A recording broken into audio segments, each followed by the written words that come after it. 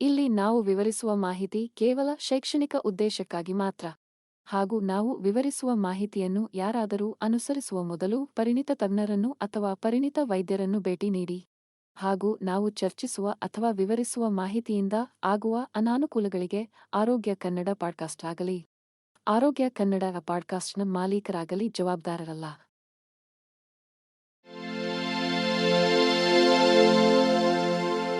ಆರೋಗ್ಯ ಮಾಹಿತಿಯ ಏಕೈಕ ತಾಣ ಆರೋಗ್ಯ ಕನ್ನಡ ಪಾಡ್ಕಾಸ್ಟ್ಗೆ ಸ್ವಾಗತ. ನಮ್ಮ ದೈಹಿಕ ಮತ್ತು ಮಾನಸಿಕ ಆರೋಗ್ಯದಲ್ಲಿ ನಿದ್ರೆಯು ಅವಿಭಾಜ್ಯ ಪಾತ್ರವನ್ನು ವಹಿಸುತ್ತದೆ. ಆದ್ದರಿಂದ ನಾವು ಸಾಕಷ್ಟು ಗುಣಮಟ್ಟದ ನಿದ್ರೆಯನ್ನು ಪಡೆಯುತ್ತಿದ್ದೇವೆ ಎಂದು ಖಚಿತಪಡಿಸಿಕೊಳ್ಳುವುದು ಮುಖ್ಯವಾಗಿದೆ. ದುರದೃಷ್ಟವಶಾತ್ ನಮ್ಮಲ್ಲಿ ಹಲವರು ನಮಗೆ ಅಗತ್ಯವಿರುವ ಶಾಂತ ನಿದ್ರೆಯನ್ನು ಪಡೆಯಲು ಹೆಣಗಾಡುತ್ತಾರೆ. ಅದೃಷ್ಟವಶಾತ್ ಆರೋಗ್ಯಕರ ನಿದ್ರೆಯನ್ನು ಸಾಧಿಸಲು ಮತ್ತು ನಮ್ಮ ಒಟ್ಟಾರೆ ಯೋಗಕ್ಷೇಮವನ್ನು ಸುಧಾರಿಸಲು ನಮಗೆ ಸಹಾಯ ಮಾಡುವ ಹಲವಾರು ಸರಳ ಸಲಹೆಗಳಿವೆ.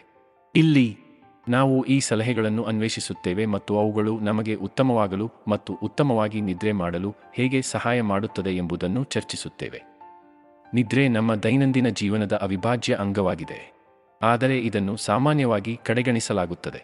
ಇದು ದೇಹವು ವಿಶ್ರಾಂತಿ ಮತ್ತು ಪುನರ್ಭರ್ತಿ ಮಾಡುವ ಸಮಯವಾಗಿದೆ. ಇದು ನಮಗೆ ಉಲ್ಲಾಸ ಮತ್ತು ನವಚೈತನ್ಯವನ್ನು ಅನುಭವಿಸಲು ಅನುವು ಮಾಡಿಕೊಡುತ್ತದೆ. ಆದಾಗ್ಯೂ ಅನೇಕ ಜನರು ಗುಣಮಟ್ಟದ ನಿದ್ರೆಯನ್ನು ಪಡೆಯಲು ಹೋರಾಡುತ್ತಾರೆ. ಇದು ಅವರ ಆರೋಗ್ಯ ಮತ್ತು ಯೋಗಕ್ಷೇಮದ ಮೇಲೆ ನಕಾರಾತ್ಮಕ ಪರಿಣಾಮಗಳನ್ನು ಬೀರುತ್ತದೆ. ಆರೋಗ್ಯಕರ ನಿದ್ರೆಯ ಅಭ್ಯಾಸಗಳು ನಮ್ಮ ನಿದ್ರೆಯಿಂದ ಹೆಚ್ಚಿನದನ್ನು ಪಡೆಯುವುದನ್ನು ಖಚಿತಪಡಿಸಿಕೊಳ್ಳಲು ನಿರ್ಣಾಯಕವಾಗಿವೆ. ಸ್ಥಿರವಾದ ಬೆಡ್ ಟೈಮ್ ದಿನಚರಿಯನ್ನು ಸ್ಥಾಪಿಸುವುದು ನಿಮ್ಮ ನಿದ್ರೆಯ ಗುಣಮಟ್ಟವನ್ನು ಸುಧಾರಿಸಲು ಸಹಾಯ ಮಾಡುತ್ತದೆ. ದೀಪಗಳನ್ನು ಮಬ್ಬಾಗಿಸುವುದರ ಮೂಲಕ ಅಥವಾ ಓದುವಿಕೆ ಅಥವಾ ಧ್ಯಾನದಂತಹ ಶಾಂತಗೊಳಿಸುವ ಚಟುವಟಿಕೆಗಳಲ್ಲಿ ತೊಡಗಿಸಿಕೊಳ್ಳುವ ಮೂಲಕ ಮಲಗುವ ಮುನ್ನ ಸುತ್ತುವುದನ್ನು ಇದು ಒಳಗೊಂಡಿದೆ. ಮಲಗುವ ಮುನ್ನ ಕೆಫೀನ್ ಮತ್ತು ಆಲ್ಕೋಹಾಲ್ ಅನ್ನು ತಪ್ಪಿಸುವುದು ಆರೋಗ್ಯಕರ ನಿದ್ರೆಯ ಮಾದರಿಗಳನ್ನು ಉತ್ತೇಜಿಸಲು ಸಹಾಯ ಮಾಡುತ್ತದೆ. ನೀವು ಮಲಗುವ ಪರಿಸರವು ನಿಮ್ಮ ನಿದ್ರೆಯ ಗುಣಮಟ್ಟವನ್ನು ಸಹ ಪ್ರಭಾವಿಸುತ್ತದೆ. ಆರಾಮದಾಯಕ ಮಲಗುವ ವಾತಾವರಣವನ್ನು ರಚಿಸುವುದು, ತಾಪಮಾನವನ್ನು ನಿಯಂತ್ರಿಸುವುದು, ಶಬ್ದ ಮಟ್ಟವನ್ನು ಕಡಿಮೆ ಮಾಡುವುದು ಮತ್ತು ಬೆಂಬಲ ಹಾಸಿಗೆ ಮತ್ತು ದಿಂಬುಗಳಲ್ಲಿ ಹೂಡಿಕೆ ಮಾಡುವುದು. ನಿದ್ರೆ ನಮ್ಮ ದಿನಚರಿಯ ಅತ್ಯಗತ್ಯ ಭಾಗವಾಗಿದೆ ಮತ್ತು ಅದರ ಪ್ರಾಮುಖ್ಯತೆಯನ್ನು ಅತಿಯಾಗಿ ಹೇಳಲಾಗುವುದಿಲ್ಲ. ಮಾನವ ದೇಹವು ದೈಹಿಕವಾಗಿ ಮತ್ತು ಮಾನಸಿಕವಾಗಿ ಅತ್ಯುತ್ತಮವಾಗಿ ಕಾರ್ಯನಿರ್ವಹಿಸಲು ಸಾಕಷ್ಟು ನಿದ್ರೆಯ ಅಗತ್ಯವಿರುತ್ತದೆ.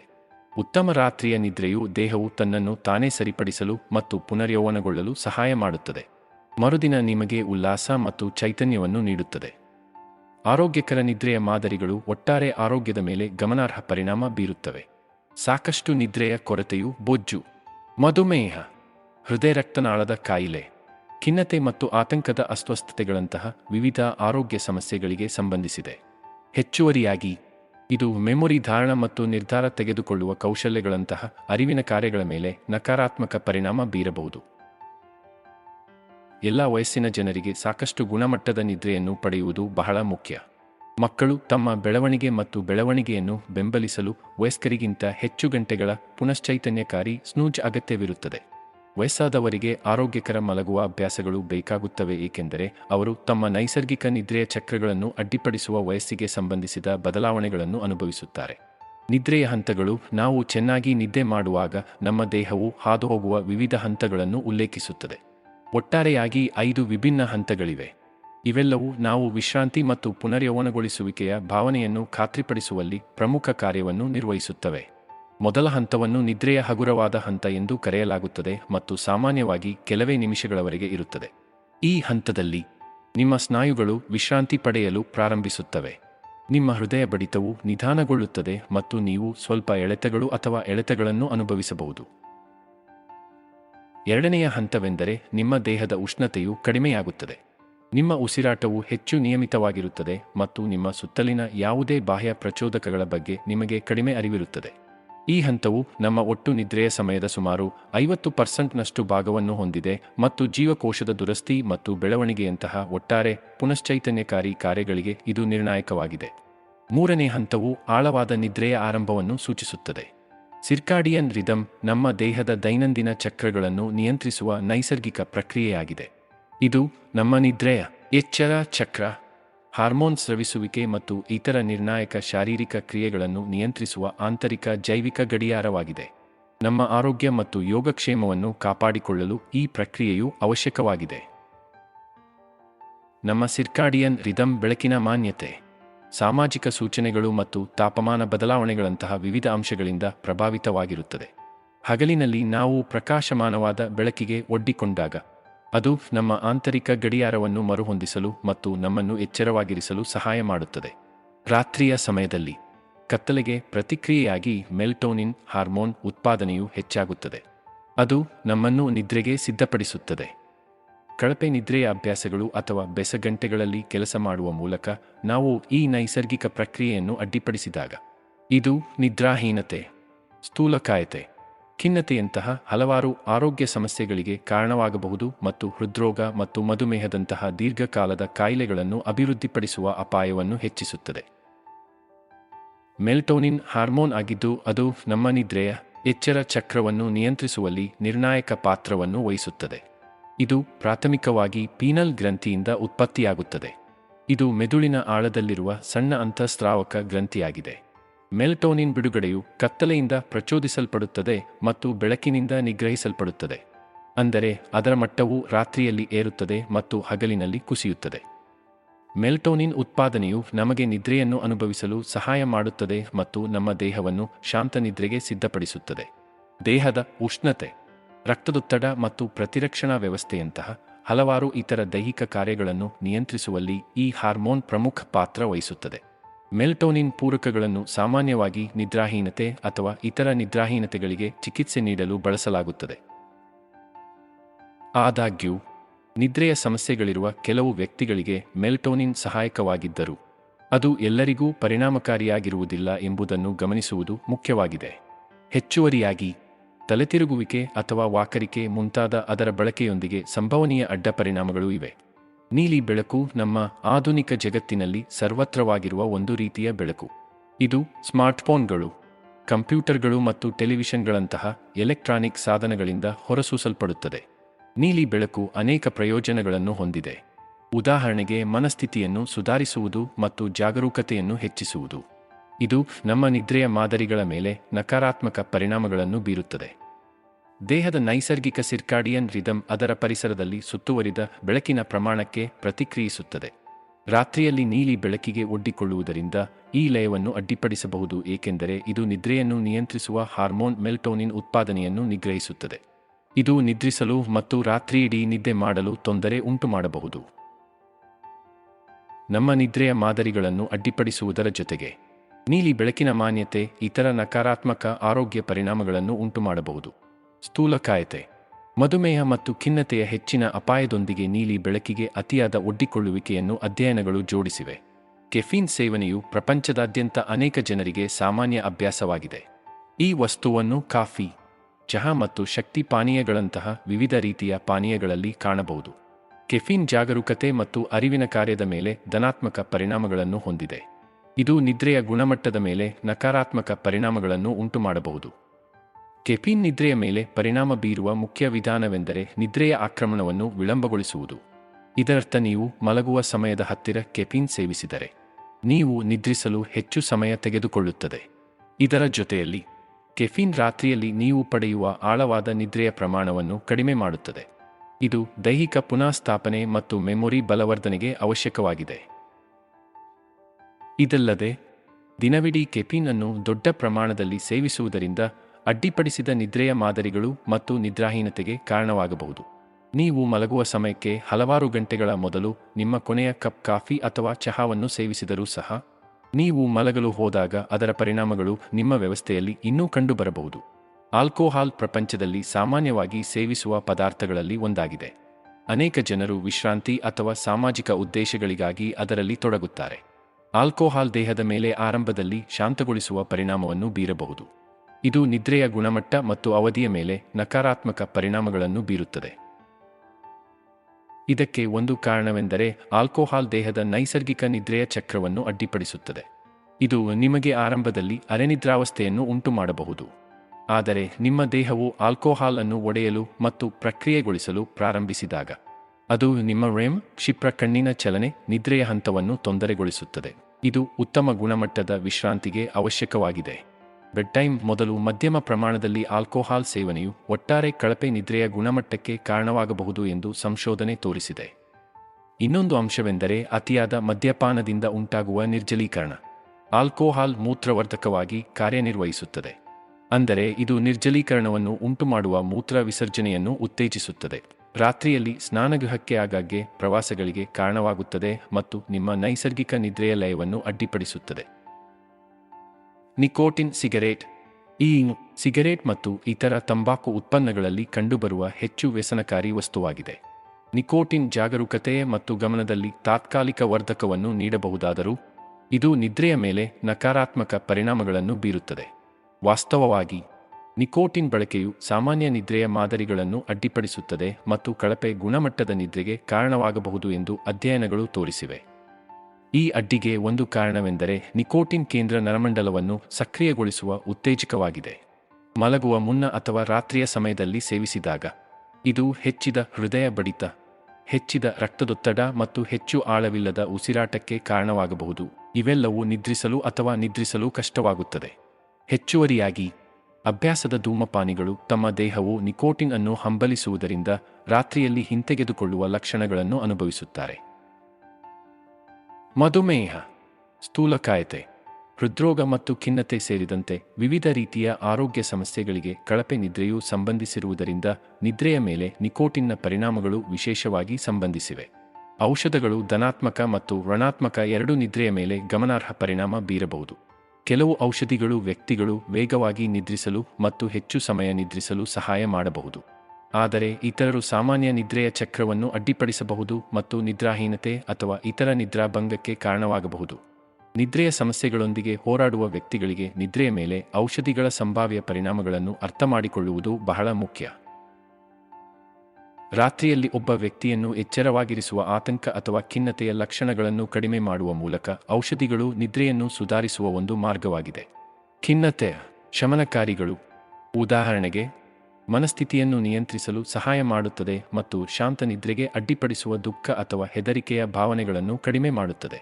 ಅಂತೆಯೇ ಆತಂಕ ವಿರೋಧಿ ಔಷಧಿಗಳು ರೇಸಿಂಗ್ ಆಲೋಚನೆಗಳನ್ನು ಶಾಂತಗೊಳಿಸಬಹುದು ಮತ್ತು ನಿದ್ರಿಸಲು ಸಹಾಯ ಮಾಡುವ ವಿಶ್ರಾಂತಿಯನ್ನು ಉತ್ತೇಜಿಸಬಹುದು. ಮತ್ತೊಂದೆಡೆ, ಕೆಲವು ಔಷಧಿಗಳು ಹಗಲಿನಲ್ಲಿ ಅರೆನಿದ್ರಾವಸ್ಥೆ ಅಥವಾ ರಾತ್ರಿಯಲ್ಲಿ ಮಲಗಲು ತೊಂದರೆಯಂತಹ ಅನಗತ್ಯ ಅಡ್ಡ ಪರಿಣಾಮಗಳನ್ನು ಉಂಟುಮಾಡಬಹುದು. ಒತ್ತಡವು ಜೀವನದ ಒಂದು ಸಾಮಾನ್ಯ ಭಾಗವಾಗಿದ್ದು ಪ್ರತಿಯೊಬ್ಬರೂ ಕೆಲವು ಹಂತದಲ್ಲಿ ಅನುಭವಿಸುತ್ತಾರೆ. ಮಧ್ಯಮ ಮಟ್ಟದ ಒತ್ತಡವು ಪ್ರಯೋಜನಕಾರಿಯಾಗಿದ್ದರೂ ಅತಿಯಾದ ಪ್ರಮಾಣವು ಅವರ ನಿದ್ರೆಯ ಮಾದರಿಗಳನ್ನು ಒಳಗೊಂಡಂತೆ ಒಬ್ಬರ ಆರೋಗ್ಯದ ಮೇಲೆ ನಕಾರಾತ್ಮಕ ಪರಿಣಾಮಗಳನ್ನು ಉಂಟುಮಾಡಬಹುದು. ದೇಹವು ಸರಿಯಾಗಿ ಕಾರ್ಯನಿರ್ವಹಿಸಲು ಸಾಕಷ್ಟು ವಿಶ್ರಾಂತಿಯ ಅಗತ್ಯವಿರುತ್ತದೆ ಮತ್ತು ಒತ್ತಡವು ಈ ಸಮತೋಲನವನ್ನು ಅಡ್ಡಿಪಡಿಸಿದರೆ ಅದು ನಿದ್ರಾಹೀನತೆ, ಆಯಾಸ ಮತ್ತು ಇತರ ದೈಹಿಕ ಮತ್ತು ಮಾನಸಿಕ ಆರೋಗ್ಯ ಸಮಸ್ಯೆಗಳಿಗೆ ಕಾರಣವಾಗಬಹುದು. ಹೆಚ್ಚಿನ ಮಟ್ಟದ ಒತ್ತಡ ಹೊಂದಿರುವ ಜನರು ನಿದ್ರಿಸಲು ಅಥವಾ ರಾತ್ರಿಯಿಡೀ ನಿದ್ದೆ ಮಾಡಲು ಕಷ್ಟಪಡುವ ಸಾಧ್ಯತೆಯಿದೆ ಎಂದು ಅಧ್ಯಯನಗಳು ತೋರಿಸಿವೆ. ಒತ್ತಡವು ದೇಹದಲ್ಲಿ ಹಾರ್ಮೋನ್ ಅಸಮತೋಲನವನ್ನು ಉಂಟುಮಾಡುತ್ತದೆ. ಇದು ಕಾರ್ಟಿಸೋಲ್ ಮಟ್ಟವನ್ನು ಹೆಚ್ಚಿಸಲು ಕಾರಣವಾಗುತ್ತದೆ, ಒಬ್ಬರ ನಿದ್ರೆಯ ಎಚ್ಚರ ಚಕ್ರವನ್ನು ನಿಯಂತ್ರಿಸುವ ಹಾರ್ಮೋನ್. ಅಂತೆಯೇ ದೀರ್ಘಕಾಲದ ಒತ್ತಡದಿಂದ ಬಳಲುತ್ತಿರುವವರು ನಿದ್ರಾಹೀನತೆ, ದುಃಸ್ವಪ್ನಗಳು ಅಥವಾ ಕಳಪೆ ಗುಣಮಟ್ಟದ ನಿದ್ರೆಯ ಕಾರಣದಿಂದಾಗಿ ನಿರಂತರ ಹಗಲಿನ ಅರೆನಿದ್ರಾವಸ್ಥೆಯನ್ನು ಅನುಭವಿಸುತ್ತಾರೆ. ಕೊನೆಯಲ್ಲಿ, ಉತ್ತಮ ಆರೋಗ್ಯ ಮತ್ತು ಯೋಗಕ್ಷೇಮವನ್ನು ಕಾಪಾಡಿಕೊಳ್ಳಲು ಒತ್ತಡವನ್ನು ನಿರ್ವಹಿಸುವುದು ಅತ್ಯಗತ್ಯ. ತೂಕ ನಷ್ಟ, ಸುಧಾರಿತ ಹೃದಯರಕ್ತನಾಳದ ಆರೋಗ್ಯ ಮತ್ತು ದೀರ್ಘಕಾಲದ ಕಾಯಿಲೆಗಳ ಅಪಾಯವನ್ನು ಕಡಿಮೆ ಮಾಡುವುದು ಸೇರಿದಂತೆ ದೇಹಕ್ಕೆ ವ್ಯಾಯಾಮವು ಹಲವಾರು ಪ್ರಯೋಜನಗಳನ್ನು ಹೊಂದಿದೆ ಎಂದು ತಿಳಿದುಬಂದಿದೆ. ಆದರೆ ವ್ಯಾಯಾಮವು ನಿಮ್ಮ ನಿದ್ರೆಯ ಗುಣಮಟ್ಟವನ್ನು ಸುಧಾರಿಸುತ್ತದೆ ಎಂದು ನಿಮಗೆ ತಿಳಿದಿದೆಯೇ? ನಿಯಮಿತ ದೈಹಿಕ ಚಟುವಟಿಕೆಯು ನಿಮಗೆ ವೇಗವಾಗಿ ನಿದ್ರಿಸಲು ಸಹಾಯ ಮಾಡುತ್ತದೆ ಎಂದು ಅಧ್ಯಯನಗಳು ತೋರಿಸಿವೆ. ಹೆಚ್ಚು ಸಮಯ ನಿದ್ರಿಸಲು ಮತ್ತು ಆಳವಾದ ನಿದ್ರೆಯನ್ನು ಆನಂದಿಸಿ. ಕಾರ್ಟಿಸೋಲ್ನಂತಹ ಒತ್ತಡದ ಹಾರ್ಮೋನುಗಳನ್ನು ಕಡಿಮೆ ಮಾಡುವ ಮೂಲಕ ವ್ಯಾಯಾಮವು ನಿದ್ರೆಯನ್ನು ಸುಧಾರಿಸುತ್ತದೆ. ದೈಹಿಕ ಚಟುವಟಿಕೆಯು ನೈಸರ್ಗಿಕ ನೋವು ನಿವಾರಕಗಳು ಮತ್ತು ಮೂಡ್ ಬೂಸ್ಟರ್ಗಳಾದ ಎಂಡಾರ್ಫಿನ್ಗಳನ್ನು ಬಿಡುಗಡೆ ಮಾಡಲು ಸಹಾಯ ಮಾಡುತ್ತದೆ. ಅವರು ಆತಂಕದ ಮಟ್ಟವನ್ನು ಕಡಿಮೆ ಮಾಡಲು ಸಹಾಯ ಮಾಡುತ್ತಾರೆ ಮತ್ತು ಉತ್ತಮ ನಿದ್ರೆಗೆ ಕಾರಣವಾಗುವ ವಿಶ್ರಾಂತಿಯನ್ನು ಉತ್ತೇಜಿಸುತ್ತಾರೆ. ಹೆಚ್ಚುವರಿಯಾಗಿ, ವ್ಯಾಯಾಮವು ತಾಲೀಮು ಅವಧಿಯಲ್ಲಿ ದೇಹದ ಉಷ್ಣತೆಯನ್ನು ಸ್ವಲ್ಪಮಟ್ಟಿಗೆ ಹೆಚ್ಚಿಸುತ್ತದೆ, ಆದರೆ ತಾಲೀಮು ನಂತರ ಇದು ಗಮನಾರ್ಹವಾಗಿ ಕಡಿಮೆಯಾಗುತ್ತದೆ. ಇದು ದಣಿವಿನ ಭಾವನೆಯನ್ನು ಉಂಟುಮಾಡುತ್ತದೆ ಮತ್ತು ಸುಲಭವಾಗಿ ನಿದ್ರಿಸಲು ಸಹಾಯ ಮಾಡುತ್ತದೆ. ಆದಾಗ್ಯೂ, ಉತ್ತಮ ನಿದ್ರೆಯ ಗುಣಮಟ್ಟಕ್ಕಾಗಿ ವ್ಯಾಯಾಮ ಮಾಡುವಾಗ ಸಮಯವು ಮುಖ್ಯವಾಗಿದೆ ಎಂಬುದನ್ನು ಗಮನಿಸುವುದು ಮುಖ್ಯ. ಉತ್ತಮ ಆರೋಗ್ಯಕ್ಕಾಗಿ ಸಾಕಷ್ಟು ನಿದ್ರೆ ಪಡೆಯುವುದು ಅತ್ಯಗತ್ಯ ಮತ್ತು ನಿಮ್ಮ ಆಹಾರದ ಗುಣಮಟ್ಟವು ನೀವು ರಾತ್ರಿಯಲ್ಲಿ ಎಷ್ಟು ಚೆನ್ನಾಗಿ ನಿದ್ರಿಸುತ್ತೀರಿ ಎಂಬುದರ ಮೇಲೆ ಗಮನಾರ್ಹ ಪರಿಣಾಮ ಬೀರಬಹುದು. ಮಲಗುವ ಮುನ್ನ ನೀವು ಸೇವಿಸುವ ಆಹಾರಗಳು ನಿದ್ರಿಸಲು ಮತ್ತು ಎಚ್ಚರಗೊಳ್ಳಲು ನಿಮ್ಮ ಸಾಮರ್ಥ್ಯಕ್ಕೆ ಸಹಾಯ ಮಾಡಬಹುದು ಅಥವಾ ತಡೆಯಬಹುದು. ಆರೋಗ್ಯಕರ ಆಹಾರವು ಧಾನ್ಯಗಳು, ತರಕಾರಿಗಳು, ಹಣ್ಣುಗಳು, ನೇರ ಪ್ರೋಟೀನ್ ಮೂಲಗಳು ಮತ್ತು ಆರೋಗ್ಯಕರ ಕೊಬ್ಬುಗಳನ್ನು ಒಳಗೊಂಡಿರುತ್ತದೆ. ಈ ಆಹಾರಗಳು ಮೆದುಳಿನ ಕಾರ್ಯವನ್ನು ಬೆಂಬಲಿಸುವ ಮತ್ತು ನಿದ್ರೆಯನ್ನು ನಿಯಂತ್ರಿಸುವ ಹಾರ್ಮೋನುಗಳನ್ನು ನಿಯಂತ್ರಿಸುವ ಪೋಷಕಾಂಶಗಳನ್ನು ಹೊಂದಿರುತ್ತವೆ. ಮತ್ತೊಂದೆಡೆ, ಹೆಚ್ಚು ಸಕ್ಕರೆ ಅಥವಾ ಕೆಫೀನ್ ಸೇವಿಸುವುದರಿಂದ ಉತ್ತಮ ರಾತ್ರಿ ವಿಶ್ರಾಂತಿ ಪಡೆಯುವ ನಿಮ್ಮ ಸಾಮರ್ಥ್ಯಕ್ಕೆ ಅಡ್ಡಿಯಾಗಬಹುದು. ಬೆಡ್ ಟೈಮ್ ಹತ್ತಿರ ಭಾರೀ ಊಟವನ್ನು ತಿನ್ನುವುದು ಅಸ್ವಸ್ಥತೆ ಅಥವಾ ಅಜೀರ್ಣಕ್ಕೆ ಕಾರಣವಾಗಬಹುದು, ಅದು ನಿಮ್ಮ ನಿದ್ರೆಗೆ ಅಡ್ಡಿಪಡಿಸುತ್ತದೆ. ಆಲ್ಕೋಹಾಲ್ ಸೇವನೆಯು REM ಕ್ಷಿಪ್ರ ಕಣ್ಣಿನ ಚಲನೆ ನಿದ್ರೆಯ ಚಕ್ರಗಳನ್ನು ಕಡಿಮೆ ಮಾಡುವ ಮೂಲಕ ನಿಮ್ಮ ನಿದ್ರೆಯ ಗುಣಮಟ್ಟದ ಮೇಲೆ ಪರಿಣಾಮ ಬೀರಬಹುದು ಮತ್ತು ಗೊರಕೆ ಅಥವಾ ಉಸಿರಾಟದ ಮಾದರಿಯನ್ನು ಅಡ್ಡಿಪಡಿಸುತ್ತದೆ. ಕೊನೆಯಲ್ಲಿ, ನೀವು ಏನು ತಿನ್ನುತ್ತೀರಿ ಎಂಬುದು ನಿಮ್ಮ ನಿದ್ರೆಯ ಗುಣಮಟ್ಟದ ಮೇಲೆ ನೇರ ಪರಿಣಾಮ ಬೀರುತ್ತದೆ. ನಿದ್ರೆ ಆರೋಗ್ಯಕರ ಜೀವನಶೈಲಿಯ ಅತ್ಯಗತ್ಯ ಭಾಗವಾಗಿದೆ ಮತ್ತು ದೈನಂದಿನ ಚಟುವಟಿಕೆಗಳನ್ನು ನಿರ್ವಹಿಸಲು ನೀವು ಸಾಕಷ್ಟು ವಿಶ್ರಾಂತಿ ಪಡೆಯುವುದನ್ನು ಖಚಿತಪಡಿಸಿಕೊಳ್ಳುವುದು ಬಹಳ ಮುಖ್ಯ. ಆದಾಗ್ಯೂ, ಅನೇಕ ಅಂಶಗಳು ನಿದ್ರೆಯ ಗುಣಮಟ್ಟ ಮತ್ತು ಅವಧಿಯ ಮೇಲೆ ಪರಿಣಾಮ ಬೀರಬಹುದು. ಪರಿಸರವು ಅತ್ಯಂತ ಮಹತ್ವದ ಕೊಡುಗೆಗಳಲ್ಲಿ ಒಂದಾಗಿದೆ. ನಿದ್ರೆಯ ಮೇಲೆ ಪರಿಸರದ ಪರಿಣಾಮಗಳು ಧನಾತ್ಮಕ ಮತ್ತು ಋಣಾತ್ಮಕ ಎರಡೂ ಆಗಿರಬಹುದು. ಆರಾಮದಾಯಕವಾದ ಮಲಗುವ ವಾತಾವರಣವು ವ್ಯಕ್ತಿಗಳು ತಮ್ಮ ಮನಸ್ಸು ಮತ್ತು ದೇಹವನ್ನು ವಿಶ್ರಾಂತಿ ಮಾಡಲು ಸಹಾಯ ಮಾಡುತ್ತದೆ. ಇದು ಉತ್ತಮ ನಿದ್ರೆಯ ಗುಣಮಟ್ಟಕ್ಕೆ ಕಾರಣವಾಗುತ್ತದೆ. ಮಂದ ಬೆಳಕು ಅಥವಾ ಸಂಪೂರ್ಣ ಕತ್ತಲೆಯು ಮೆಲಟೋನಿನ್ ಉತ್ಪಾದನೆಯನ್ನು ಉತ್ತೇಜಿಸುತ್ತದೆ. ಇದು ಅತ್ಯುತ್ತಮ ನಿದ್ರೆಗಾಗಿ ದೇಹದ ಆಂತರಿಕ ಗಡಿಯಾರವನ್ನು ನಿಯಂತ್ರಿಸಲು ಸಹಾಯ ಮಾಡುತ್ತದೆ. ಅತಿಯಾದ ಬಿಸಿ ಅಥವಾ ತಣ್ಣನೆಯ ಉಷ್ಣತೆಯು ನೈಸರ್ಗಿಕ ನಿದ್ರೆಯ ಮಾದರಿಗಳನ್ನು ಅಡ್ಡಿಪಡಿಸಲು ಒಲವು ತೋರುವುದರಿಂದ ಆಳವಾದ ನಿದ್ರೆಯನ್ನು ಉತ್ತೇಜಿಸುವಲ್ಲಿ ಆದರ್ಶ ಕೋಣೆಯ ಉಷ್ಣತೆಯು ನಿರ್ಣಾಯಕ ಪಾತ್ರವನ್ನು ವಹಿಸುತ್ತದೆ. ಇದಕ್ಕೆ ವ್ಯತಿರಿಕ್ತವಾಗಿ, ಶಬ್ದ ಮಾಲಿನ್ಯ ಅಥವಾ ಅನಾನುಕೂಲ ಹಾಸಿಗೆಗಳಂತಹ ಅಹಿತಕರ ಮಲಗುವ ವಾತಾವರಣವು ಕಡಿಮೆ ನಿದ್ರೆಯ ಗುಣಮಟ್ಟ ಅಥವಾ ನಿದ್ರಾಹೀನತೆಗೆ ಕಾರಣವಾಗಬಹುದು. ನಿದ್ರೆಯ ನೈರ್ಮಲ್ಯವು ವಿಶ್ರಾಂತಿ ಮತ್ತು ಉತ್ತಮ ಗುಣಮಟ್ಟದ ನಿದ್ರೆಯನ್ನು ಉತ್ತೇಜಿಸುವ ಅಭ್ಯಾಸಗಳು ಮತ್ತು ಅಭ್ಯಾಸಗಳನ್ನು ಸೂಚಿಸುತ್ತದೆ. ಇದು ನಿಮ್ಮ ಮಲಗುವ ಪರಿಸರ ಮತ್ತು ನಿಮ್ಮ ವೇಳಾಪಟ್ಟಿಯಂತಹ ಪರಿಸರ ಅಂಶಗಳನ್ನು ಒಳಗೊಂಡಿದೆ, ಜೊತೆಗೆ ನಿಮ್ಮ ಮಲಗುವ ಸಮಯದ ದಿನಚರಿಯಂತಹ ವೈಯಕ್ತಿಕ ನಡವಳಿಕೆಗಳನ್ನು ಒಳಗೊಂಡಿರುತ್ತದೆ. ನಿದ್ರೆಯ ನೈರ್ಮಲ್ಯದ ಒಂದು ಪ್ರಮುಖ ಅಂಶವೆಂದರೆ ನಿಯಮಿತ ನಿದ್ರೆಯ ಎಚ್ಚರ ವೇಳಾಪಟ್ಟಿಯನ್ನು ನಿರ್ವಹಿಸುವುದು. ಪ್ರತಿದಿನ ಒಂದೇ ಸಮಯಕ್ಕೆ ಮಲಗುವುದು ಮತ್ತು ಏಳುವುದು ನಿಮ್ಮ ದೇಹದ ಆಂತರಿಕ ಗಡಿಯಾರವನ್ನು ನಿಯಂತ್ರಿಸಲು ಸಹಾಯ ಮಾಡುತ್ತದೆ. ಇದು ರಾತ್ರಿಯಲ್ಲಿ ನಿದ್ರಿಸುವುದು ಮತ್ತು ಬೆಳಿಗ್ಗೆ ವಿಶ್ರಾಂತಿಯ ಭಾವನೆಯನ್ನು ಉಂಟುಮಾಡುತ್ತದೆ. ಹೆಚ್ಚುವರಿಯಾಗಿ, ವಿಶ್ರಾಂತಿಯ ಬೆಡ್ ಟೈಮ್ ದಿನಚರಿಯನ್ನು ರಚಿಸುವುದು ನಿಮ್ಮ ಮೆದುಳಿಗೆ ಇದು ನಿದ್ರೆಯ ಸಮಯ ಎಂದು ಸಂಕೇತಿಸಲು ಸಹಾಯ ಮಾಡುತ್ತದೆ. ನಿದ್ರೆಯ ನೈರ್ಮಲ್ಯದ ಮತ್ತೊಂದು ಪ್ರಮುಖ ಅಂಶವೆಂದರೆ ಆರಾಮದಾಯಕವಾದ ಮಲಗುವ ವಾತಾವರಣವನ್ನು ಸೃಷ್ಟಿಸುವುದು. ಇದು ನಿಮ್ಮ ಮಲಗುವ ಕೋಣೆಯಲ್ಲಿ ತಾಪಮಾನವನ್ನು ಸರಿಹೊಂದಿಸುವುದು, ಶಬ್ದ ಮತ್ತು ಬೆಳಕಿನ ಮಾಲಿನ್ಯವನ್ನು ಕಡಿಮೆ ಮಾಡುವುದು ಅಥವಾ ಆರಾಮದಾಯಕವಾದ ಹಾಸಿಗೆಯಲ್ಲಿ ಹೂಡಿಕೆ ಮಾಡುವುದನ್ನು ಒಳಗೊಂಡಿರುತ್ತದೆ.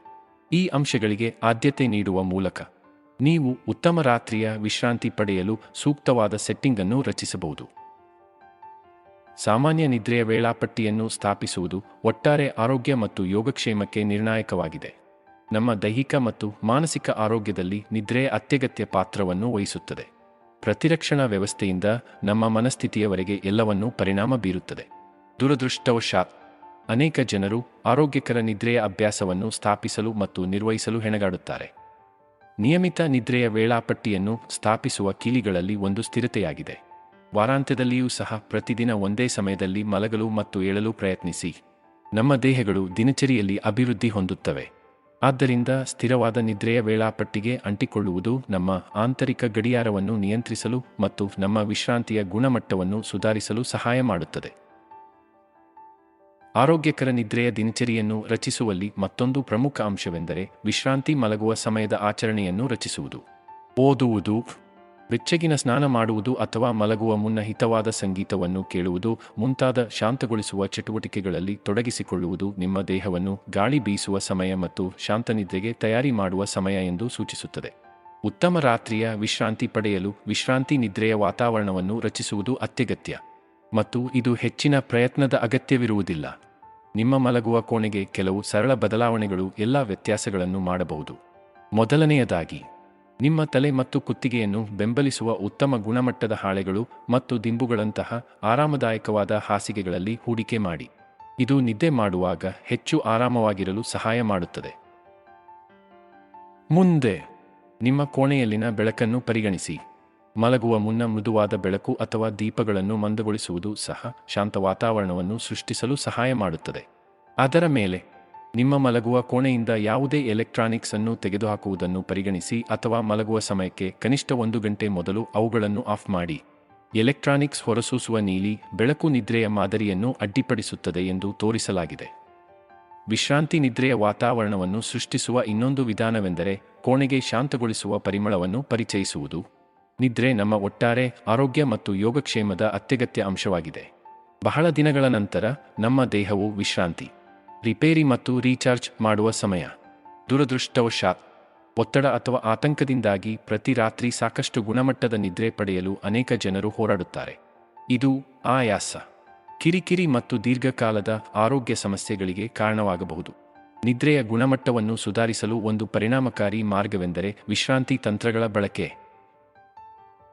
ಆಳವಾದ ಉಸಿರಾಟದ ವ್ಯಾಯಾಮಗಳು, ಪ್ರಗತಿಶೀಲ ಸ್ನಾಯುಗಳ ವಿಶ್ರಾಂತಿ ಮತ್ತು ಮಾರ್ಗದರ್ಶಿ ಚಿತ್ರಣದಂತಹ ವಿಶ್ರಾಂತಿ ತಂತ್ರಗಳು ಒತ್ತಡದ ಮಟ್ಟವನ್ನು ಕಡಿಮೆ ಮಾಡಲು ಮತ್ತು ದೇಹದಲ್ಲಿ ಶಾಂತತೆಯ ಭಾವನೆಗಳನ್ನು ಉತ್ತೇಜಿಸಲು ತೋರಿಸಲಾಗಿದೆ. ಈ ತಂತ್ರಗಳನ್ನು ನಿಮ್ಮ ಬೆಡ್ ಟೈಮ್ ದಿನಚರಿಯಲ್ಲಿ ಸೇರಿಸುವ ಮೂಲಕ ನಿಮ್ಮ ಮೆದುಳಿಗೆ ಇದು ಗಾಳಿ ಬೀಸುವ ಸಮಯ ಮತ್ತು ಶಾಂತ ನಿದ್ರೆಗಾಗಿ ತಯಾರಾಗಲು ನೀವು ಸೂಚಿಸಬಹುದು. ನಿಯಮಿತವಾಗಿ ವಿಶ್ರಾಂತಿ ತಂತ್ರಗಳನ್ನು ಅಭ್ಯಾಸ ಮಾಡುವುದರಿಂದ ನಿದ್ರೆಯ ಅವಧಿ ಮತ್ತು ಗುಣಮಟ್ಟದಲ್ಲಿ ಸುಧಾರಣೆಗೆ ಕಾರಣವಾಗಬಹುದು ಎಂದು ಸಂಶೋಧನೆ ತೋರಿಸಿದೆ. ಒಟ್ಟಾರೆ ಆರೋಗ್ಯ ಮತ್ತು ಯೋಗಕ್ಷೇಮವನ್ನು ಕಾಪಾಡಿಕೊಳ್ಳಲು ರಾತ್ರಿಯ ನಿದ್ರೆಯನ್ನು ಪಡೆಯುವುದು ಬಹಳ ಮುಖ್ಯ. ಆದಾಗ್ಯೂ ಅನೇಕ ಜನರು ನಿದ್ರಿಸಲು ಅಥವಾ ರಾತ್ರಿಯಿಡೀ ನಿದ್ರಿಸಲು ಹೋರಾಡುತ್ತಾರೆ. ಜನರು ಮಾಡುವ ಒಂದು ಸಾಮಾನ್ಯ ತಪ್ಪು ಎಂದರೆ ಮಲಗುವ ಮುನ್ನ ಉತ್ತೇಜಕಗಳನ್ನು ಸೇವಿಸುವುದು. ಕೆಫೀನ್, ನಿಕೋಟಿನ್ ಮತ್ತು ಆಲ್ಕೋಹಾಲ್ನಂತಹ ಉತ್ತೇಜಕಗಳು ನಮ್ಮ ನಿದ್ರೆಯ ಮಾದರಿಯನ್ನು ಹಾಳುಮಾಡುತ್ತವೆ. ಕೆಫೀನ್ ಶಕ್ತಿಯುತ ಉತ್ತೇಜಕವಾಗಿದ್ದು, ಸೇವನೆಯ ನಂತರ ಗಂಟೆಗಳವರೆಗೆ ನಿಮ್ಮನ್ನು ಎಚ್ಚರವಾಗಿರಿಸುತ್ತದೆ. ಇದು ಕೇಂದ್ರ ನರಮಂಡಲವನ್ನು ಉತ್ತೇಜಿಸುತ್ತದೆ, ಜಾಗರೂಕತೆ ಮತ್ತು ಶಕ್ತಿಯ ಮಟ್ಟವನ್ನು ಹೆಚ್ಚಿಸುತ್ತದೆ. ಆದ್ದರಿಂದ ಮಲಗುವ ಸಮಯಕ್ಕೆ ಕನಿಷ್ಠ 6 ಗಂಟೆಗಳ ಮೊದಲು ಕಾಫಿ ಅಥವಾ ಚಹಾದಂತಹ ಕೆಫೀನ್ ಹೊಂದಿರುವ ಪಾನೀಯಗಳನ್ನು ಸೇವಿಸುವುದನ್ನು ತಪ್ಪಿಸುವುದು ಉತ್ತಮ. ಸಿಗರೇಟಿನಲ್ಲಿರುವ ನಿಕೋಟಿನ್ ಸಹ ಉತ್ತೇಜಕವಾಗಿ ಕಾರ್ಯನಿರ್ವಹಿಸುತ್ತದೆ ಮತ್ತು ಮೆದುಳಿನ ತರಂಗ ಚಟುವಟಿಕೆಯನ್ನು ಬದಲಾಯಿಸುವ ಮೂಲಕ ನಿಮ್ಮ ನಿದ್ರೆಯ ಚಕ್ರವನ್ನು ಅಡ್ಡಿಪಡಿಸಬಹುದು. ಹೆಚ್ಚುವರಿಯಾಗಿ ಆಲ್ಕೋಹಾಲ್ ಆರಂಭದಲ್ಲಿ ನಿಮಗೆ ಅರೆನಿದ್ರಾವಸ್ಥೆಯನ್ನು ಉಂಟುಮಾಡಬಹುದು, ಆದರೆ ರಾತ್ರಿಯಲ್ಲಿ ಅದು ಚಯಾಪಚಯಗೊಳ್ಳುವುದರಿಂದ ಆಗಾಗ್ಗೆ ಜಾಗೃತಿಯನ್ನು ಉಂಟುಮಾಡಬಹುದು. ಉತ್ತಮ ನಿದ್ರೆಯ ನೈರ್ಮಲ್ಯವನ್ನು ಉತ್ತೇಜಿಸಲು ಮಲಗುವ ಮುನ್ನ ಈ ಪದಾರ್ಥಗಳನ್ನು ತಪ್ಪಿಸುವುದು ಅತ್ಯಗತ್ಯ. ಹಗಲಿನಲ್ಲಿ, ವಿಶೇಷವಾಗಿ ಭಾರೀ ಊಟ ಅಥವಾ ದೀರ್ಘ ರಾತ್ರಿಯ ನಂತರ ಜನರು ನಿದ್ದೆ ಮಾಡುವುದು ಅಸಾಮಾನ್ಯವೇನಲ್ಲ. ನಮ್ಮಲ್ಲಿ ಹಲವರು ರೀಚಾರ್ಜ್ ಮಾಡಲು ಮತ್ತು ನಮ್ಮ ಉಳಿದ ದಿನವನ್ನು ಕಳೆಯಲು ಹಗಲಿನ ನಿದ್ದೆಯನ್ನು ಆಶ್ರಯಿಸಿದ್ದಾರೆ. ಕೆಲವು ಸಂದರ್ಭಗಳಲ್ಲಿ ಚಿಕ್ಕ ನಿದ್ರೆಗಳು ಪ್ರಯೋಜನಕಾರಿಯಾಗಿದ್ದರೂ ಅದನ್ನು ಅತಿಯಾಗಿ ಮಾಡದಿರುವುದು ಮುಖ್ಯವಾಗಿದೆ.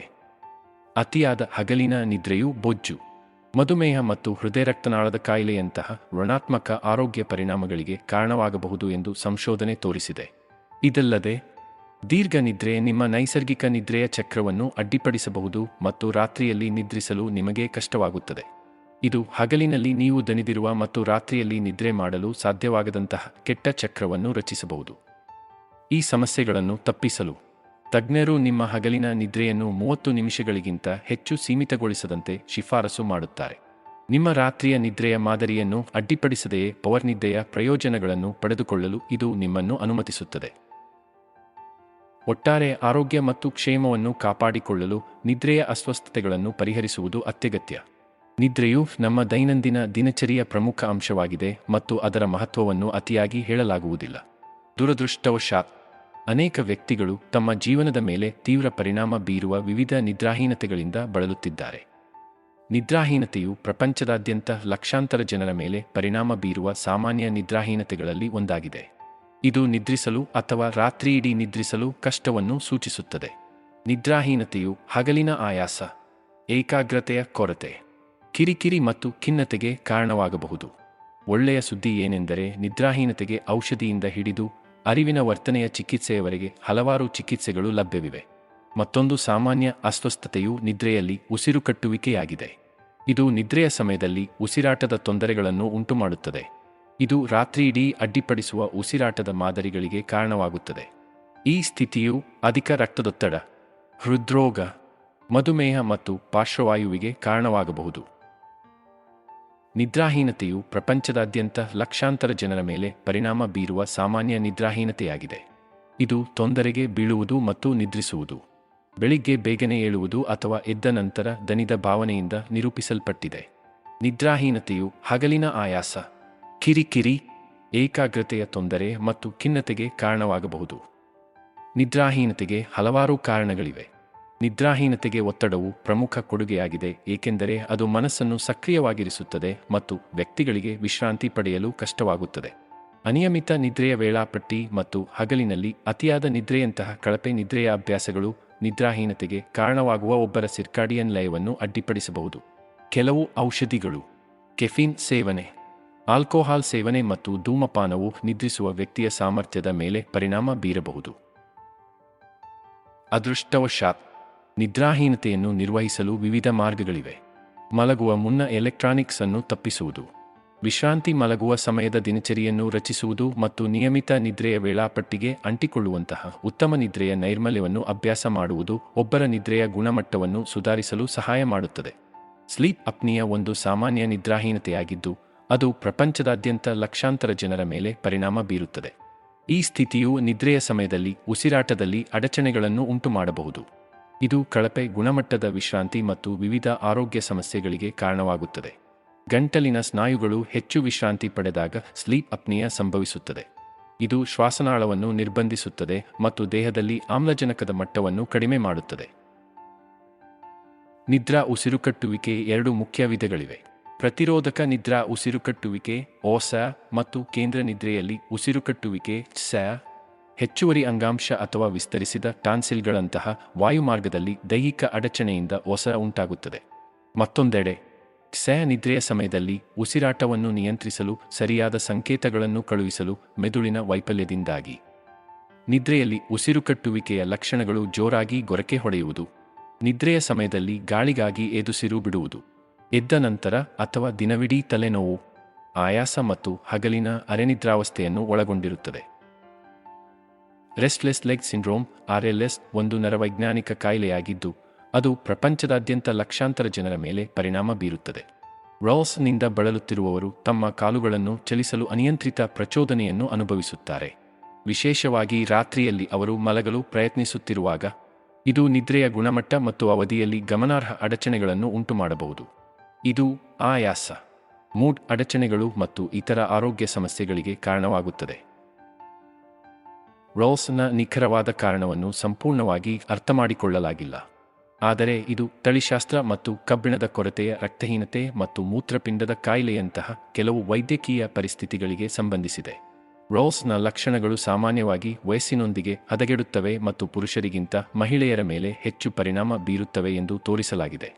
ಅದೃಷ್ಟವಶಾತ್ ರಾಲ್ಸ್ನಿಂದ ಬಳಲುತ್ತಿರುವವರಿಗೆ ಔಷಧಿಗಳು, ಜೀವನಶೈಲಿಯ ಬದಲಾವಣೆಗಳಾದ ನಿಯಮಿತ ವ್ಯಾಯಾಮ ಮತ್ತು ಮಲಗುವ ಮುನ್ನ ಕೆಫೀನ್ ಅನ್ನು ತಪ್ಪಿಸುವುದು ಮತ್ತು ಅಕ್ಯುಪಂಕ್ಚರ್ ಮತ್ತು ಮಸಾಜ್ನಂತಹ ಪರ್ಯಾಯ ಚಿಕಿತ್ಸೆಗಳು ಸೇರಿದಂತೆ ಹಲವಾರು ಚಿಕಿತ್ಸಾ ಆಯ್ಕೆಗಳು ಲಭ್ಯವಿದೆ. ನಾರ್ಕೋಲೆಪ್ಸಿ ದೀರ್ಘಕಾಲದ ನರವೈಜ್ಞಾನಿಕ ಅಸ್ವಸ್ಥತೆಯಾಗಿದ್ದು, ಅದು ನಿದ್ರೆ, ಎಚ್ಚರ ಚಕ್ರಗಳನ್ನು ನಿಯಂತ್ರಿಸುವ ಮೆದುಳಿನ ಸಾಮರ್ಥ್ಯದ ಮೇಲೆ ಪರಿಣಾಮ ಬೀರುತ್ತದೆ. ಇದು ಅತಿಯಾದ ಹಗಲಿನ ನಿದ್ರೆ, ಹಠಾತ್ ಮತ್ತು ಅನಿಯಂತ್ರಿತ ನಿದ್ರೆ ಮತ್ತು ರಾತ್ರಿಯ ನಿದ್ರೆಗೆ ಅಡ್ಡಿಪಡಿಸುವಿಕೆಯಿಂದ ನಿರೂಪಿಸಲ್ಪಟ್ಟಿದೆ. ನಾರ್ಕೋಲೆಪ್ಸಿ ವ್ಯಕ್ತಿಯ ಜೀವನದ ಗುಣಮಟ್ಟದ ಮೇಲೆ ಗಮನಾರ್ಹ ಪರಿಣಾಮ ಬೀರಬಹುದು. ಅವರ ಕೆಲಸ, ಶಾಲೆಯ ಕಾರ್ಯಕ್ಷಮತೆ, ಸಾಮಾಜಿಕ ಸಂವಹನಗಳು ಮತ್ತು ದೈನಂದಿನ ಚಟುವಟಿಕೆಗಳ ಮೇಲೆ ಪರಿಣಾಮ ಬೀರುತ್ತದೆ. ನಾರ್ಕೋಲೆಪ್ಸಿಗೆ ನಿಖರವಾದ ಕಾರಣ ಇನ್ನೂ ತಿಳಿದಿಲ್ಲ. ಆದಾಗ್ಯೂ ಇದು ಹೈಪೋಕ್ರೆಟಿನ್ ಉತ್ಪಾದನೆಯಲ್ಲಿನ ಕೊರತೆಗೆ ಸಂಬಂಧಿಸಿರಬಹುದು ಎಂದು ಸಂಶೋಧನೆ ಸೂಚಿಸುತ್ತದೆ. ಎಚ್ಚರವನ್ನು ನಿಯಂತ್ರಿಸಲು ಸಹಾಯ ಮಾಡುವ ನರಪ್ರೇಕ್ಷಕ. ನಾರ್ಕೋಲೆಪ್ಸಿ ಯಾವುದೇ ವಯಸ್ಸಿನಲ್ಲಿ ಸಂಭವಿಸಬಹುದು, ಆದರೆ ಸಾಮಾನ್ಯವಾಗಿ ಹದಿಹರೆಯದಲ್ಲಿ ಅಥವಾ ಪ್ರೌಢಾವಸ್ಥೆಯಲ್ಲಿ ಪ್ರಾರಂಭವಾಗುತ್ತದೆ. ಇದು ಪುರುಷರು ಮತ್ತು ಮಹಿಳೆಯರ ಮೇಲೆ ಸಮಾನವಾಗಿ ಪರಿಣಾಮ ಬೀರುತ್ತದೆ. ನಾರ್ಕೋಲೆಪ್ಸಿಗೆ ಯಾವುದೇ ಚಿಕಿತ್ಸೆ ಇಲ್ಲ. ಆದಾಗ್ಯೂ ರೋಗಲಕ್ಷಣಗಳನ್ನು ನಿರ್ವಹಿಸಲು ಸಹಾಯ ಮಾಡಲು ವಿವಿಧ ಚಿಕಿತ್ಸಾ ಆಯ್ಕೆಗಳು ಲಭ್ಯವಿದೆ. ಪ್ಯಾರಸೋಮ್ನಿಯಾಗಳು ನಿದ್ರೆಯ ಸಮಯದಲ್ಲಿ ಅಸಹಜ ಚಲನೆಗಳು, ನಡವಳಿಕೆಗಳು, ಭಾವನೆಗಳು ಮತ್ತು ಗ್ರಹಿಕೆಗಳಿಂದ ನಿರೂಪಿಸಲ್ಪಟ್ಟ ನಿದ್ರಾಹೀನತೆಯ ಒಂದು ಗುಂಪು. ಈ ಪರಿಸ್ಥಿತಿಗಳು ನಿದ್ರೆಯ ಚಕ್ರದ ಯಾವುದೇ ಹಂತದಲ್ಲಿ ಸಂಭವಿಸಬಹುದು ಮತ್ತು ಎಲ್ಲಾ ವಯಸ್ಸಿನ ಜನರ ಮೇಲೆ ಪರಿಣಾಮ ಬೀರಬಹುದು. ಕೆಲವು ಪ್ಯಾರಾಸೋಮ್ನಿಯಾಗಳು ನಿರುಪದ್ರವ ಮತ್ತು ತಮ್ಮದೇ ಆದ ಮೇಲೆ ಪರಿಹರಿಸುತ್ತವೆ. ಇತರರು ಹೆಚ್ಚು ಗಂಭೀರವಾಗಿರಬಹುದು ಮತ್ತು ವೈದ್ಯಕೀಯ ಮಧ್ಯಸ್ಥಿಕೆ ಅಗತ್ಯವಿರುತ್ತದೆ. ಒಂದು ವಿಧದ ಪ್ಯಾರಾಸೋಮ್ನಿಯಾವನ್ನು REM ನಿದ್ರೆಯ ವರ್ತನೆಯ ಅಸ್ವಸ್ಥತೆ REBD ಎಂದು ಕರೆಯಲಾಗುತ್ತದೆ. ಇದರಲ್ಲಿ ವ್ಯಕ್ತಿಗಳು ನಿದ್ದೆಯಲ್ಲಿರುವಾಗಲೇ ತಮ್ಮ ಕನಸುಗಳನ್ನು ಪ್ರದರ್ಶಿಸುತ್ತಾರೆ. ಇದು ತಮ್ಮನ್ನು ಅಥವಾ ಅವರ ಮಲಗುವ ಪಾಲುದಾರರಿಗೆ ಗಾಯಗಳಿಗೆ ಕಾರಣವಾಗಬಹುದು. ಸ್ಲೀಪ್ ವಾಕಿಂಗ್ ಎಂಬುದು ಮತ್ತೊಂದು ಸಾಮಾನ್ಯ ಪ್ಯಾರಾಸೋಮ್ನಿಯಾವಾಗಿದ್ದು, ಒಬ್ಬ ವ್ಯಕ್ತಿಯು ಹಾಸಿಗೆಯಿಂದ ಎದ್ದು ನಿದ್ದೆ ಮಾಡುವಾಗ ಸುತ್ತಲೂ ನಡೆಯುತ್ತಾನೆ. ಇತರ ಉದಾಹರಣೆಗಳಲ್ಲಿ ನೈಟ್ ಟೆರರ್ಸ್, ಬೆಡ್ವೆಟ್ಟಿಂಗ್, ಹಲ್ಲು ರುಬ್ಬುವುದು ಮತ್ತು ರೆಸ್ಟ್ಲೆಸ್ ಲೆಗ್ ಸಿಂಡ್ರೋಮ್ ಸೇರಿವೆ. ನಿರ್ದಿಷ್ಟ ಅಸ್ವಸ್ಥತೆ ಮತ್ತು ಅದರ ತೀವ್ರತೆಯನ್ನು ಅವಲಂಬಿಸಿ ಪ್ಯಾರಾಸೋಮ್ನಿಯಾಗಳ ಚಿಕಿತ್ಸೆಯು ಬದಲಾಗುತ್ತದೆ. ಒಟ್ಟಾರೆ ಆರೋಗ್ಯ ಮತ್ತು ಯೋಗಕ್ಷೇಮಕ್ಕಾಗಿ ಉತ್ತಮ ರಾತ್ರಿಯ ನಿದ್ರೆಯನ್ನು ಪಡೆಯುವುದು ಅತ್ಯಗತ್ಯ. ಇದು ನಮಗೆ ಹೆಚ್ಚು ಶಕ್ತಿ ಮತ್ತು ಉಲ್ಲಾಸವನ್ನು ಅನುಭವಿಸಲು ಸಹಾಯ ಮಾಡುತ್ತದೆ. ಆದರೆ ಇದು ನಮ್ಮ ಅರಿವಿನ ಪ್ರಕ್ರಿಯೆಗಳು, ಪ್ರತಿರಕ್ಷಣಾ ವ್ಯವಸ್ಥೆಯ ಕಾರ್ಯ ಮತ್ತು ಭಾವನಾತ್ಮಕ ನಿಯಂತ್ರಣದಲ್ಲಿ ನಿರ್ಣಾಯಕ ಪಾತ್ರವನ್ನು ವಹಿಸುತ್ತದೆ. ದುರದೃಷ್ಟವಶಾತ್ ಅನೇಕ ಜನರು ನಿದ್ರಾಭಂಗ ಅಥವಾ ಕಳಪೆ ಗುಣಮಟ್ಟದ ನಿದ್ರೆಯೊಂದಿಗೆ ಹೋರಾಡುತ್ತಾರೆ. ಅವರು ದಿನವಿಡೀ ದಣಿದ ಮತ್ತು ದಣಿವಿನ ಭಾವನೆಯನ್ನು ಅನುಭವಿಸುತ್ತಾರೆ. ನಿಮ್ಮ ನಿದ್ರೆಯ ಗುಣಮಟ್ಟವನ್ನು ಸುಧಾರಿಸಲು ಅತ್ಯಂತ ಪರಿಣಾಮಕಾರಿ ಮಾರ್ಗವೆಂದರೆ ಸ್ಥಿರವಾದ ಬೆಡ್ ಟೈಮ್ ದಿನಚರಿಯನ್ನು ಸ್ಥಾಪಿಸುವುದು. ಇದರರ್ಥ ಪ್ರತಿ ರಾತ್ರಿ ಒಂದೇ ಸಮಯಕ್ಕೆ ಮಲಗುವುದು ಮತ್ತು ಪ್ರತಿದಿನ ಬೆಳಿಗ್ಗೆ ಅದೇ ಸಮಯಕ್ಕೆ. ವಾರಾಂತ್ಯದಲ್ಲಿಯೂ ಸಹ ಎಚ್ಚರಗೊಳ್ಳುವುದು, ಓದುವ ಅಥವಾ ಬೆಚ್ಚಗಿನ ಸ್ನಾನದಂತಹ ಶಾಂತಗೊಳಿಸುವ ಚಟುವಟಿಕೆಗಳಲ್ಲಿ ತೊಡಗಿಸಿಕೊಳ್ಳುವ ಮೂಲಕ ವಿಶ್ರಾಂತಿ ಪಡೆಯಲು ಮತ್ತು ವಿಶ್ರಾಂತಿ ಪಡೆಯಲು ಮಲಗುವ ಮುನ್ನ ಸ್ವಲ್ಪ ಸಮಯವನ್ನು ಮೀಸಲಿಡುವುದನ್ನು ಇದು ಒಳಗೊಂಡಿರುತ್ತದೆ. ನಿದ್ರೆಯ ಗುಣಮಟ್ಟದ ಮೇಲೆ ಪರಿಣಾಮ ಬೀರುವ ಮತ್ತೊಂದು ಪ್ರಮುಖ ಅಂಶವೆಂದರೆ ನಮ್ಮ ಮಲಗುವ ವಾತಾವರಣ. ನಿಮ್ಮ ಒಟ್ಟಾರೆ ಆರೋಗ್ಯ ಮತ್ತು ಯೋಗಕ್ಷೇಮವನ್ನು ಸುಧಾರಿಸಲು ಬಂದಾಗ ನಿಮ್ಮ ನಿದ್ರೆಯ ಮಾದರಿಗಳು ಮತ್ತು ಅಭ್ಯಾಸಗಳನ್ನು ಟ್ರ್ಯಾಕ್ ಮಾಡುವುದು ಆಟದ ಬದಲಾವಣೆಯಾಗಬಹುದು. ನೀವು ಎಷ್ಟು ನಿದ್ದೆ ಮಾಡುತ್ತಿದ್ದೀರಿ ಎಂದು ಊಹಿಸುವ ದಿನಗಳು ಕಳೆದುಹೋಗಿವೆ ಅಥವಾ ಪ್ರಕ್ಷುಬ್ಧ ರಾತ್ರಿಯನ್ನು ಸುಮ್ಮನೆ ನುಣುಚಿಕೊಳ್ಳುತ್ತವೆ. ಆಧುನಿಕ ತಂತ್ರಜ್ಞಾನದ ಸಹಾಯದಿಂದ ನೀವು ಈಗ ನಿಮ್ಮ ನಿದ್ರೆಯ ಪ್ರತಿಯೊಂದು ಅಂಶವನ್ನು ಮೇಲ್ವಿಚಾರಣೆ ಮಾಡಬಹುದು ಮತ್ತು ಅದನ್ನು ಹೇಗೆ ಸುಧಾರಿಸುವುದು ಎಂಬುದರ ಕುರಿತು ತಿಳುವಳಿಕೆಯುಳ್ಳ ನಿರ್ಧಾರಗಳನ್ನು ತೆಗೆದುಕೊಳ್ಳಬಹುದು. ಫಿಟ್ನೆಸ್ ಟ್ರ್ಯಾಕರ್ ಅಥವಾ ಸ್ಮಾರ್ಟ್ ವಾಚ್ನೊಂದಿಗೆ ನಿಮ್ಮ ನಿದ್ರೆಯನ್ನು ಟ್ರ್ಯಾಕ್ ಮಾಡುವ ಅತ್ಯಂತ ಜನಪ್ರಿಯ ವಿಧಾನಗಳಲ್ಲಿ ಒಂದಾಗಿದೆ. ಈ ಸಾಧನಗಳು ರಾತ್ರಿಯಿಡೀ ಚಲನೆ ಮತ್ತು ಹೃದಯ ಬಡಿತವನ್ನು ಅಳೆಯಲು ಸಂವೇದಕಗಳನ್ನು ಬಳಸುತ್ತವೆ. ನೀವು ಎಷ್ಟು ಸಮಯ ಮಲಗಿದ್ದೀರಿ, REM ಚಕ್ರಗಳು, ಆಳವಾದ ನಿದ್ರೆಯ ಹಂತಗಳು ಮತ್ತು ಹೆಚ್ಚಿನವುಗಳ ಕುರಿತು ವಿವರವಾದ ವರದಿಗಳನ್ನು ಒದಗಿಸುತ್ತದೆ. ಉತ್ತಮ ವಿಶ್ರಾಂತಿಗಾಗಿ ನಿಮ್ಮ ಮಲಗುವ ವಾತಾವರಣವನ್ನು ಹೇಗೆ ಉತ್ತಮಗೊಳಿಸುವುದು ಎಂಬುದರ ಕುರಿತು ಕೆಲವರು ವೈಯಕ್ತಿಕಗೊಳಿಸಿದ ಸಲಹೆಗಳನ್ನು ಸಹ ನೀಡುತ್ತಾರೆ.